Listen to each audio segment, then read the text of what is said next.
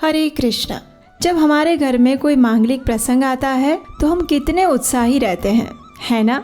परिवार का प्रत्येक सदस्य अपनी अपनी जिम्मेदारी उठाकर लग जाते हैं उस मांगलिक प्रसंग को सफल बनाने की संपूर्ण तैयारी में। तो उसी प्रकार निर्जला एकादशी भी हमारे लिए ऐसा ही एक अत्यंत विशेष मंगलमय प्रसंग है जो हम सबके जीवन में वर्ष में सिर्फ एक बार आता है। तो उसकी तैयारी भी हम सबको साथ मिलकर कुछ विशेष करनी चाहिए, नहीं। अब देखिए, ज्येष्ठ मास के शुक्ल पक्ष में आने वाली पांडव निर्जला एकादशी इस बार आ रही है 18 जून 2024 मंगलवार के दिन। और आप जानते हैं, गर्ग संहिता में कहा गया है 10 वर्ष सहस्राणि तपस्तप्यति यो नरः तत्तुल्यं फलम् आप्नोति द्वादशी व्रत कुन्नरः। अर्थात जो मनुष्य 10,000 वर्षों तक तपस्या करता है उसके समान ही फल वो मनुष्य भी पा सकता है जो शुद्ध भाव से एकादशी व्रत का पालन करता है। और ये आने वाली निर्जला एकादशी इतनी विशेष है, इसलिए इसमें क्या विशेष कार्य करने चाहिए और क्या नहीं करने चाहिए ये सबसे पहले जान लेना अत्यंत आवश्यक है। और इसीलिए आज हम आपको इस वीडियो में विस्तार से और शास्त्रों के प्रमाण से बताएंगे कि इस निर्जला एकादशी में हमें क्या करना चाहिए और क्या नहीं करना चाहिए। एकादशी तिथि हमें परम भगवान श्री कृष्ण की शुद्ध प्रेमा भक्ति प्रदान करने में सक्षम है। इसलिए सबसे पहला और अत्यंत आवश्यक कार्य जो आपको निर्जला एकादशी के दिन करना चाहिए वो है भगवान श्री कृष्ण को प्रसन्न करने के लिए और उनका ध्यान अपनी ओर आकर्षित करने के लिए हरे कृष्ण कृष्ण कृष्ण हरे हरे, हरे राम राम राम हरे हरे इस महामंत्र का जप करना, और वो भी अधिक से अधिक संख्या में। क्योंकि देखिए, भगवान श्री कृष्ण को प्रिय है राधा रानी और राधा रानी को प्रिय है भगवान श्री कृष्ण। इसलिए अगर निर्जला एकादशी के दिन आप सिर्फ श्री कृष्ण का नाम लेंगे तो शायद ही वे आपसे आकृष्ट होंगे, लेकिन अगर आप राधा रानी का भी नाम लेंगे तो वे अवश्य ही आपकी ओर देखेंगे। उसी प्रकार अगर आप निर्जला एकादशी के दिन सिर्फ राधे राधे का जप करेंगे तो हो सकता है भगवान श्री कृष्ण प्रसन्न हो जाए, लेकिन ये भी हो सकता है कि राधा रानी की कृपा दृष्टि आप पर ना पड़े। लेकिन अगर आप श्री कृष्ण का नाम भी लेंगे तो राधा रानी अवश्य प्रसन्न होंगी। और आप तो जानते ही हैं कि हरे कृष्ण महामंत्र में राधा रानी और भगवान श्री कृष्ण दोनों के ही नाम का समावेश हो जाता है। कृष्ण यानी भगवान श्री कृष्ण और हरे यानी राधा रानी का नाम। इसलिए निर्जला एकादशी के दिन याद से इसी हरे कृष्ण महामंत्र का अधिक से अधिक संख्या में जप करना अत्यंत आवश्यक है। 108 मनके वाली माला पर आप ये जप कर सकते हैं और ऐसी 8, 16, 25, 32 या 64 माला का जाप भी कर सकते हैं। दूसरा कार्य जो आपको करना है वो है श्रीमद् भागवतम ग्रंथ से भगवान श्री कृष्ण की बाल लीलाओं के विषय में पढ़ना और सुनना। जी हाँ, वृंदावन में घटित भगवान श्री कृष्ण की बाल लीलाएं श्रवण और पठन करने से हमारे अंदर छिपे सभी अनर्थ नष्ट हो जाते हैं। आपको जानकर आश्चर्य होगा कि वृंदावन में भगवान ने जितने भी असुरों का वध किया था वे सभी असुर वास्तव में हमारे अंदर छिपे किसी न किसी अनर्थ के प्रतीक स्वरूप थे। और इसीलिए निर्जला एकादशी के दिन हमें भगवान की बाल लीलाओं को सुनते हुए और पढ़ते हुए उनसे यही प्रार्थना करनी चाहिए कि वे हमारे अंदर छिपे हुए इन षड रिपुओं का भी वध करें और हमें उनकी शुद्ध प्रेमा भक्ति प्रदान करें। और फिर एकादशी के दिन श्रवण और पठन करने के विषय में पद्म पुराण कहता है, रामायणं भागवतं भारतं व्यास भाषितम् अन्यानि च पुराणानि पाठयानि हरिवासरे। अर्थात रामायण, भागवतम, महाभारत और महर्षि वेदव्यास रचित अन्य पुराणों को एकादशी के दिन अवश्य पढ़ना चाहिए। तीसरा कार्य जो आपको इस निर्जला एकादशी के दिन करना चाहिए वो है तुलसी देवी की सेवा और पूजा करना। वृंदे देवी तुलसी महारानी भगवान श्री कृष्ण की अत्यंत प्रिय भक्त हैं। इसलिए तो भगवान श्री कृष्ण को अर्पित की जाने वाली कोई भी वस्तु या भोग बिना तुलसी पत्र के भगवान स्वीकार नहीं करते। उसी प्रकार एकादशी तिथि भी भगवान की प्रिया है और जब एकादशी तिथि और तुलसी देवी इन दोनों का संयोग हो जाए तो फिर भगवान श्री कृष्ण कैसे प्रसन्न नहीं होंगे, बताइए। इसलिए विशेषकर इस निर्जला एकादशी के दिन आपको तुलसी देवी के समक्ष घी का दीपक प्रज्वलित करके, उन्हें धूप और पुष्प अर्पित करके और उन्हें आवश्यकता अनुसार जल प्रदान करके तुलसी देवी की सेवा पूजा करनी चाहिए। अगर आप ये सोच रहे हैं कि निर्जला एकादशी के दिन तुलसी देवी भी उपवास रखती हैं, इसलिए उन्हें जल नहीं डालना चाहिए, तो ऐसा नहीं है। हमारे किसी भी शास्त्र में ये नहीं लिखा है कि ऐसी भीषण गर्मी में आप तुलसी देवी को एकादशी के नाम पर सूखने के लिए छोड़ दें। इसलिए लोगों द्वारा फैलाए गए इस अतार्किक भ्रम के शिकार ना बने और तुलसी देवी को जितनी आवश्यकता है उतना जल प्रदान कीजिए। चौथा कार्य है बिना जल के उपवास रखना।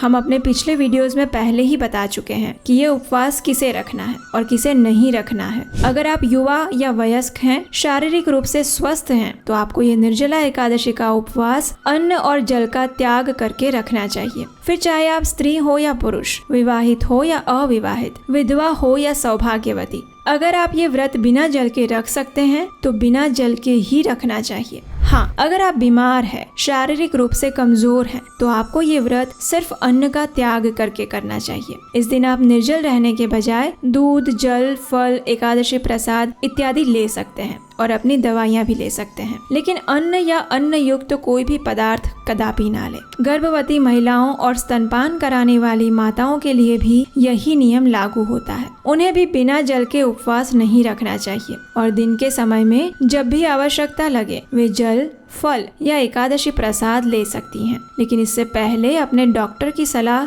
जरूर लें। पांचवा कार्य जो हमें इस दिन करना है वो है एक संकल्प लेना। आपने सुना होगा और शायद देखा भी होगा कि कई बार लोग मौन व्रत धारण करते हैं, है ना। उस दिन वो कुछ भी नहीं बोलते, लेकिन आपको पता है भगवत गीता में भगवान श्री कृष्ण क्या कहते हैं। भगवत गीता अध्याय 2 श्लोक संख्या 56 में भगवान मुनि की व्याख्या करते हुए कहते हैं कि जो व्यक्ति हर परिस्थिति में समान भाव से रहता है, यानी दुख में दुखी ना होना और सुख में हर्षित ना होना, वही व्यक्ति मुनि कहलाता है। जिसका अपने मन और इंद्रियों पर नियंत्रण है और जो परम भगवान श्री कृष्ण के चरण कमलों पर समर्पित है, वही वास्तव में महात्मा है। वासुदेव सर्वम इति स महात्मा सुदुर्लभ। तो निर्जला एकादशी के दिन कम से कम सिर्फ एक दिन के लिए आपको मुनि और महात्मा बनना है। अरे नहीं, घबराइए मत। इसके लिए आपको जटा बढ़ाने की या जंगल में जाने की आवश्यकता नहीं है। बस आपको ये संकल्प लेना है कि निर्जला एकादशी के दिन आप अपनी वाणी और विचार पर नियंत्रण रखेंगे, यानी किसी भी व्यक्ति के लिए किसी भी खराब स्थिति में होने के बाद भी कोई अभद्र शब्द या बुरा नहीं बोलेंगे, किसी के बारे में कुछ भी गलत नहीं सोचेंगे और ना तो किसी की निंदा करेंगे और ना ही किसी के ऊपर क्रोध करेंगे, ना किसी की चुगली और ना ही कोई झूठ बोलेंगे, ना तो मन में किसी को अपशब्द बोलेंगे और ना ही वाणी से। और ये कार्य आप तभी कर पाएंगे जब आप अपने मन और वाणी को पूरे दिन भगवान श्री कृष्ण की सेवा में लगा कर रखेंगे, यानी वाणी से उनके नामों का जप करना और मन से उनकी लीलाओं का स्मरण करना। छठा कार्य जो सबसे जरूरी है वो है अगले दिन यानी द्वादशी पर निर्धारित समय के अंदर ही इस व्रत का पारण करना और दान देना। पारण के विषय में कहा गया है कि जो व्यक्ति एकादशी का व्रत रखता है लेकिन उसका निर्धारित समय में पारण नहीं करता, उसका ये व्रत अधूरा माना जाता है। इसलिए याद से निश्चित पारण समय के अंदर ही एकादशी का पारण करना अत्यंत आवश्यक है। और पारण करने से पहले आपको अपनी क्षमता अनुसार किसी सुयोग्य ब्राह्मण या वैष्णव को दान अवश्य देना चाहिए। पद्म पुराण में स्वयं भगवान शिव भी नारद मुनि से कहते हैं, अक्षयो भगवान विष्णु परमात्मा सनातनः दीयते यत् समुद्दिश्य यक्षयं तत्कीर्तिव्रतम्। यानी सनातन परमात्मा भगवान विष्णु की प्रसन्नता के लिए जो कुछ भी दान दिया जाता है वो अक्षय हो जाता है। इसके उपरांत स्कंद पुराण में अध्याय 12 श्लोक संख्या 32 में हम सबके लिए कहा गया है, न्यायोपार्जित वित्तेन दशमांशेन धीमता कर्तव्यो विनियोगश्च ईश प्रीत्यर्थ हेतवे। अर्थात प्रत्येक गृहस्थ को अपने न्याय पूर्वक उपार्जित धन का 10वां भाग भगवान की प्रसन्नता के लिए किसी सत्कर्म में लगाना चाहिए।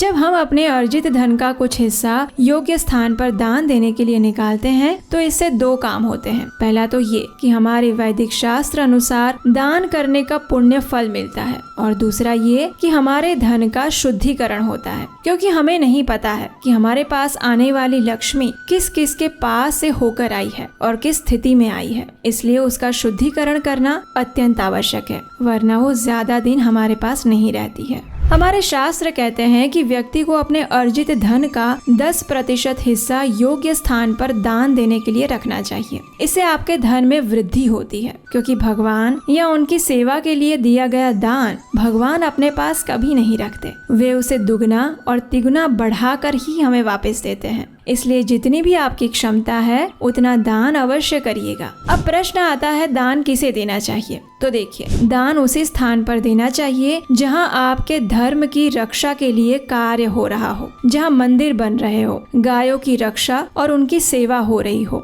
जहां आपके वैदिक धर्म का प्रचार हो रहा हो और जो आपकी आंखों के सामने हो रहा हो, जिसे आप देख पा रहे हैं। ऐसे लोग और ऐसी संस्थाओं में दान देना चाहिए। और आजकल तो ऑनलाइन दान की भी सुविधा उपलब्ध है। चलिए अब बात करते हैं इस निर्जला एकादशी पर क्या नहीं करना चाहिए। पद्म पुराण भाग 5 उत्तरखंड अध्याय 64 श्लोक संख्या 18 में कहा गया है, द्युतं क्रीडां तथा निद्रां तांबूलं दन्तधावनं परापवादं पैशून्यं स्तेयं हिंसां तथा रतिं क्रोधं च वितथं वाक्यं एकादश्यां विवर्जयेत्। इसका अर्थ है एकादशी के दिन निम्न वस्तुओं को त्याग देना चाहिए, जैसे कि जुआ, क्रीड़ा, नींद, पान, दूसरों की निंदा, चुगली, चोरी, हिंसा, रति क्रीड़ा, क्रोध और व्यर्थ वाक्य। निर्जला एकादशी के दिन हमें उन सभी चीजों का त्याग करना चाहिए जो हमें भगवान से दूर ले जाती हो, जैसे कि अपने मनोरंजन के लिए टीवी, मोबाइल, मूवीज इत्यादि देखना, दूसरों के बारे में प्रजल्प या व्यर्थ बातें करना जो जरूरी नहीं है, वैसे घर के काम करना, किसी के साथ लड़ाई झगड़ा करना, झूठ बोलना, हिंसा करना, अयोग्य शब्द बोलना इत्यादि। इस निर्जला एकादशी के दिन कम से कम एक दिन के लिए आप अपने मोबाइल और टीवी को थोड़ा आराम दे सकते हैं। इससे उनको भी विश्राम मिल जाएगा और आपको भी मानसिक शांति मिलेगी। इस दिन अगर बहुत जरूरी नहीं है तो घर के बाहर भी मत जाइए। कोई चीजें खरीदने के लिए, किसी से मिलने के लिए या फिर कोई भी काम करने के लिए प्रयास करें पूरा दिन घर में रहे या फिर मंदिर में रहे। हमारे शास्त्र एकादशी व्रत के पालन में ब्रह्मचर्य का बहुत महत्वपूर्ण योगदान बताते हैं। यानी दशमी तिथि, एकादशी और द्वादशी, इन तीनों दिनों में ब्रह्मचर्य का पालन करना चाहिए। तो इन सभी बातों का ध्यान रखते हुए निर्जला एकादशी का पालन करिए। और हाँ, इस बार निर्जला एकादशी पर हम आपके लिए बहुत सारी पौराणिक कथाएं और निर्जला से जुड़े महत्वपूर्ण वीडियोस लेकर आने वाले हैं। तो अगर आप इस चैनल पर पहली बार आए हैं तो याद से इस चैनल को सब्सक्राइब कर लीजिए और नोटिफिकेशन बटन भी ऑन कर लीजिए। तो चलिए मिलते हैं निर्जला से जुड़े एक और तथ्य सभर वीडियो के साथ बहुत जल्द। तब तक के लिए आप अपनी निर्जला एकादशी की तैयारियां शुरू कर दीजिए। हरे कृष्ण।